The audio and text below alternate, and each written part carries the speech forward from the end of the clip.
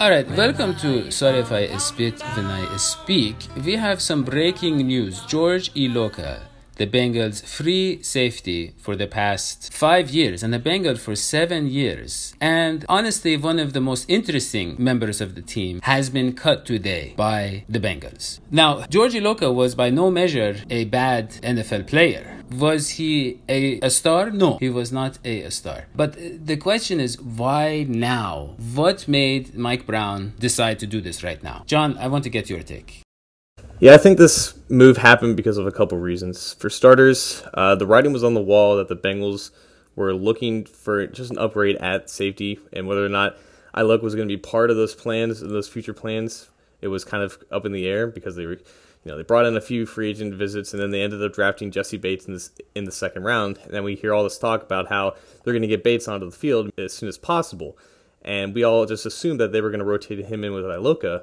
And now that Iloka's gone, you're thinking they must be really serious about Bates and the talent that he brings and just the general upside that he brings. And I think that's the important thing here is that Iloka was solid and he did his job, but he didn't make a lot of impact plays, didn't force a lot of turnovers. And I think that was a point of emphasis in this offseason for the Bengals is that they need to make more of those impact plays.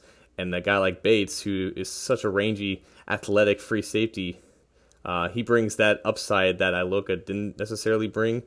And I think that was probably the main reason why they did this, if not for other financial reasons and how they save about $5 million against the cap that can be used for a couple of other extensions as well. Yeah, between 5 and 6 million over the next 3 years, if I'm not mistaken. They still have to pay, about close to 2 million this year and a little over 1 million next year and a little bit of money the third year in 2020, which is out of character for Mike Brown. So do you think there's something else maybe going on? Because from what I understand, Jessie Bates hasn't stood out. He hasn't done anything extraordinary. The Bengals don't tend to move on to younger players this early unless they do something phenomenal, which we haven't seen from Jessie Bates yet. Do you think there's something else perhaps going on? And that's exactly right, because the way that Iloka's contract was structured, it's similar to other second contracts that the Bengals veterans have been given in the past, where that guaranteed money is prorated throughout the entire length of the deal, which kind of protects them from getting cut like Iloka just did.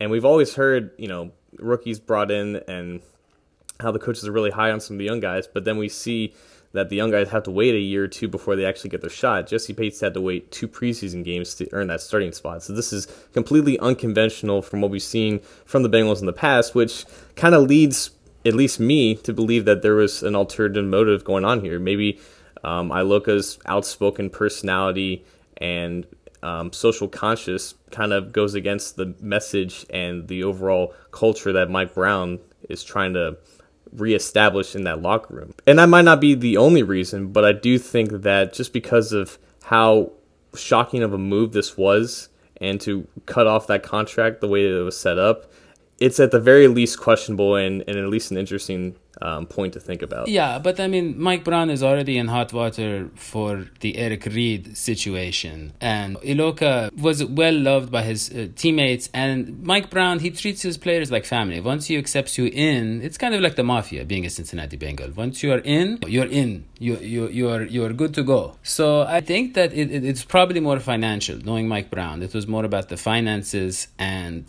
trying to get Geno Atkins and Carlos Dunlap to retire as Bengals while still being about 20 million under the cap. That is just the way he operates. Now, speaking of financial motives, we are hoping that you are motivated financially to support our show because we are so close to getting our puppets. We are over the halfway mark. We have had so many big donations just in the past week. So you can go to gofundme.com/dhsports and just give us a $5 contribution and we will mention you on the show. Also, if you subscribe and leave a comment saying which one of the 90s players you liked best, Jeff Blake, Carl Pickens, or Corey Dillon, you will be entered for a drawing of once a month to win a starting lineup figure of one of those 3. And if you leave a comment saying what you like about me or Hoji, you will be entered in a drawing to win a drawing of me or Hoji, and those are once a week. Lastly, we have started a Patreon account for those of you who said we want to give you money every month for no good reason. And we just started it yesterday, but we already have a patron for $20 a month. I'm talking about Frank Bay. Thank you so much, Frank. And if you want, you can go to patreon.com/dhsports. Remember, we're going to get the stuff for the show. We're going to then try to hit the goal of $15,000 a month so we can just do this full time. And finally, if we get our top goal, we will try to buy the Bengals. Thank you for listening. We'll see you next time. Sviti Pass.